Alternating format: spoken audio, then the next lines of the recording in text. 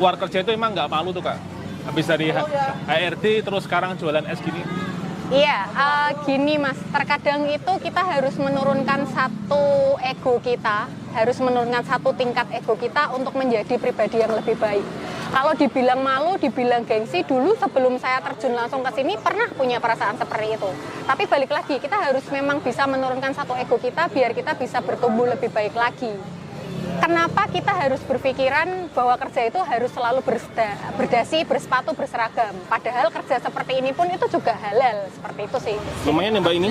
Ya, ini baru berapa jam ya berarti ya? 2 jam. Baru 2 jam, Masya Allah teman-teman. Ini 2 jam udah dapat uang berapa ini Mbak? Mungkin Yang gede-gede ini. ini 800-an. 800 ya Mbak, 2 jam ya? Jadi Banyak teman-teman tuh. Jadi ini dari air mendidih dulu. Iya. Terus dipindah ke dandang karena kalau di dandang langsung mendidihnya lama. Oh gitu. Jadi pasti kita buatnya air panasnya segini-segini. Sedikit demi sedikit dulu ya Kak ya? Iya. Terus dimasukin aja coklatnya. Nah, ini udah racikan dari rumah ya Kak ya? Iya, ini udah porsi-porsian gitu Pak. Tuh, satu dandang itu porsinya 1 plastik ini. Iya. Satu pack coklat itu kurang lebih mungkin sekitar 1 kilo ya Mas. Kakao aja, 100% Kakao aja? murni coklat. Murni kakao ya Kak ya? Iya.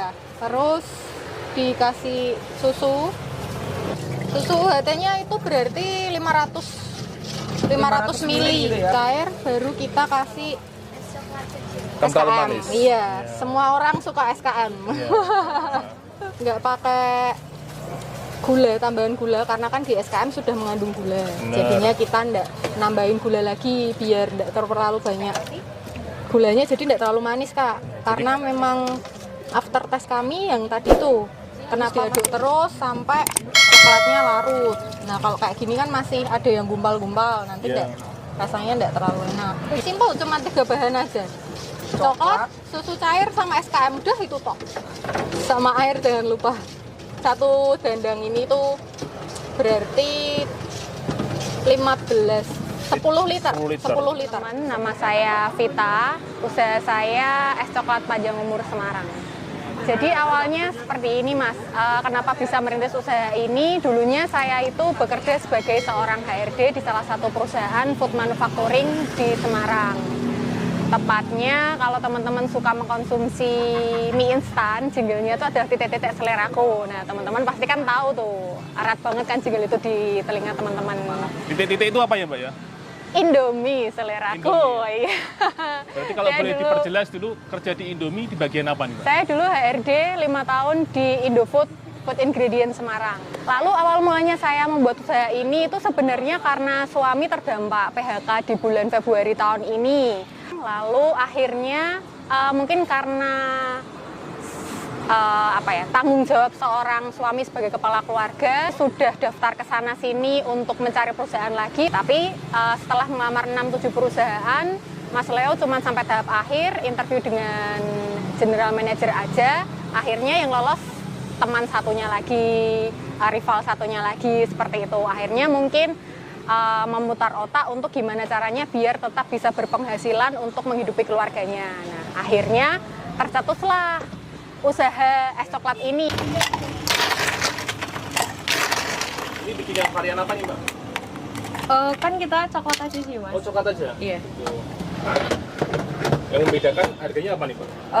Buat yang besar sama yang kecilnya. Oh cuma yang big size Iya. sama small size itu. Kental ya Mbak ya nih? Iya, kita akan tahu.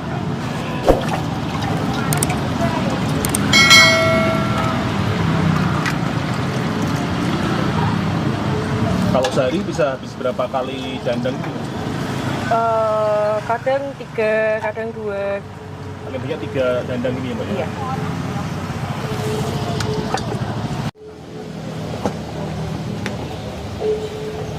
Untuk rotinya? Iya. Oh di ini ya, cocok sendiri gitu Iya, ya Mbak nanti ya? saya coklat sendiri. Rotinya cocok sendiri. Ini sih Kak. Coklat kecil 3 ya? Rotinya red velvet sama ori 2. Iya. Makasih. Iya, thank you Kak. Ini nanti kalau misal kepahitan boleh tambah gula. Silakan Kak. Tadi Kak, di saat saya sudah kerja sebagai seorang HRD di perusahaan terkemuka di Semarang, mungkin di Indonesia, kebetulan suami saya itu di PHK. Nah itu ego sebagai seorang istri itu kadang bermain di situ Kak. Bermainnya seperti ini, saya yang punya gaji lebih tinggi dari suami saya, terkadang sifat ego saya itu bahkan munculnya tuh gini, halah kamu tuh sebagai laki-laki tuh harusnya bisa lebih dari saya, cuman kan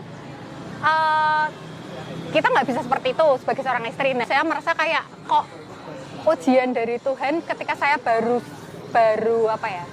memulai suatu rumah tangga, baru setahun, kok ada aja, kok delalah mas di PHK, saya yang harus kerja sendiri, banting tulang sana sini, pergi berangkat kerja pagi, pulang malam, nanti malam di rumah itu juga masih harus melakukan pekerjaan rumah. Ya mungkin di situ sih lebih ke perang sama ego kita sebagai seorang perempuan sih Kak, kalau titik terendah saya. Kalau ini Kak, dulu mengawali ini udah berapa sih Kak? Bisa ceritakan? Kalau dulu awalnya ini itu sekitar ya 15-an ada Kak. 15 juta? Iya. 15 juta berarti Kak? 15 juta kurang lebih. Itu bisa balik berapa lama sekarang ini Kak?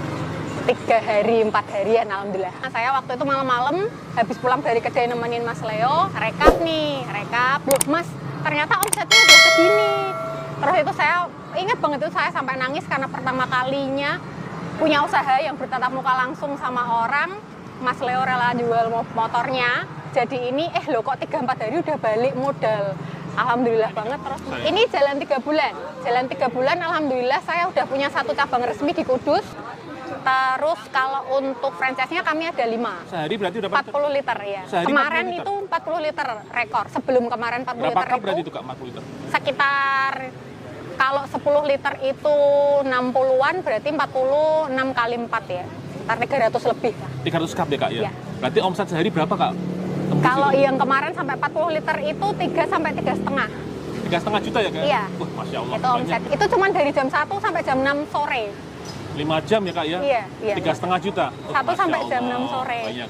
Berarti untung bersihnya berapa persen kira-kira itu Pak? 100% lebih. Untungnya 100% lebih? Iya. Masya Allah, ini berarti bisnis menjanjikan banget ya Kak ya? Iya. Kalau boleh buka-bukaan itu 1 cupnya itu paling nggak sampai 10.000 modalnya. Modalnya nggak sampai itu?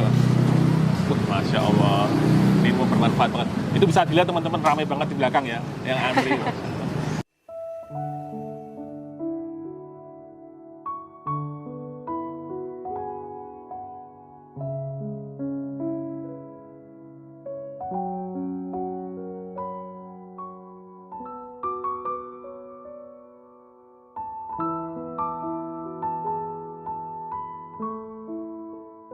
Saya pernah baca suatu kutipan bahwa ketika usahamu pengen lancar, usahamu pengen beda dari yang lain dan bisa bertahan lama, punyalah ciri khas.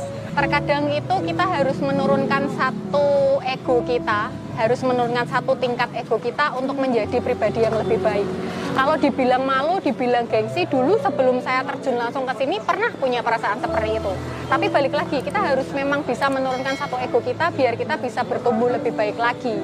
Yang dimaksud di sini adalah kenapa kita harus berpikiran bahwa kerja itu harus selalu berdasi, bersepatu, berseragam. Padahal kerja seperti ini pun itu juga halal, seperti itu sih. Jadi selama itu halal, selama itu menghasilkan, kenapa tidak? Kalau saya sih prinsipnya seperti itu aja. Ada orang berapa yang meremehkan Kak? Lebih dari 10 ada Kak. Termasuk dari mertua, orang tua saya sendiri, mantan bos saya, rekan-rekan kerja juga ada. Bahwa ya udah kerja di kantor aja enak, gaji bulanannya pasti tiap tanggal segini kamu dapat gajian. Kalau gini kan paling cuma sebentar usahamu, habis itu paling ambruk lah, istilah orang Jawa kan kayak gitu Kak. Banyak yang remehin kayak gitu, cuman di satu sisi selama saya tujuan buka usaha ini bisa bermanfaat buat orang lain, semoga Gusti Allah pun juga ngasih jalan. Kenapa saya pengen buka kedai kayak gini, kalau besok besar saya bisa membuka lapangan kerja untuk banyak orang sih Kak. Pengennya seperti itu. Malah mungkin jalannya Tuhan memang harus berwirausaha seperti ini. Akhirnya ya nggak nyangka kalau bakal rame, bakal seviral ini, nggak nyangka juga. Kalau prinsip saya pengen bermanfaat bagi banyak orang Mas. Saya itu punya cita-cita dari SMP. Saya tuh pengen punya panti Breda sendiri, tapi khusus untuk orang tua yang terlantar. Saya pengennya adalah orang-orang tua jalanan yang memang dimana mereka itu memang nggak punya siapa-siapa, nggak punya rumah, itu biar ikut sama saya di panti saya. Itu pengen banget saya seperti itu, dan ya semoga dari usaha ini bisa menghasilkan cita-cita saya itu sih Mas. Amin, amin. Alhamdulillah setiap Jumat kami ada sedekah rutin ke panti asuhan atau ke panti Wereda. Saya memang sangat menyukai panti Wereda. Tahu saya sangat cinta sama orang tua yang nggak mendapat apa yang orang tua saya dapat gitu loh. Jadi saya pengennya tuh orang tua di luar sana tuh tetap mendapat kasih sayang dari anaknya, walaupun bukan dari anaknya langsung. Itu yang Mbak rasakan setelah sedekah itu efeknya ke usaha gimana? Alhamdulillah tambah rame Mas. Ya mungkin memang benar perkataan lagi-lagi ya, kamu sedekah sebanyak apapun atau sedikit apapun selama kuncinya ikhlas itu pasti akan membawa keberkahan.